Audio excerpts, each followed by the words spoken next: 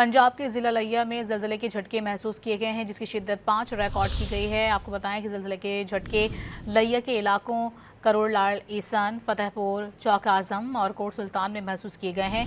शहरी बड़ी तादाद में घरों से बाहर निकल आए। ज़लज़ला पैमा मरकज़ के मुताबिक ज़लज़ले का मरकज़ लिया के मशरिक में था, जबकि गहराई 20 किलोमीटर थी। पंजाब के ज़िला लिया में ज़लज़ले के झटके महसूस किए गए हैं, जिसकी शिद्दत 5 रिकॉर्ड की गई है। आपको बताएं कि ज़लज़ले के झटके लिया के इलाकों करोड़लाल, ईसन, फतेहपुर, चौक आज़म और कोट सुल्तान में महसूस किए गए हैं। शहरी बड़ी तादाद में घरों से बाहर निकल आए।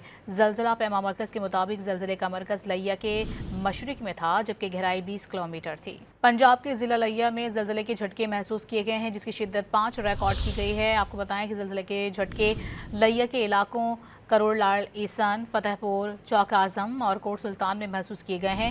शहरी बड़ी तादाद में घरों से बाहर निकल आए। ज़लज़ला पैमा मरकज़ के मुताबिक ज़लज़ले का मरकज़ लिया के मशरिक में था, जबकि गहराई 20 किलोमीटर थी।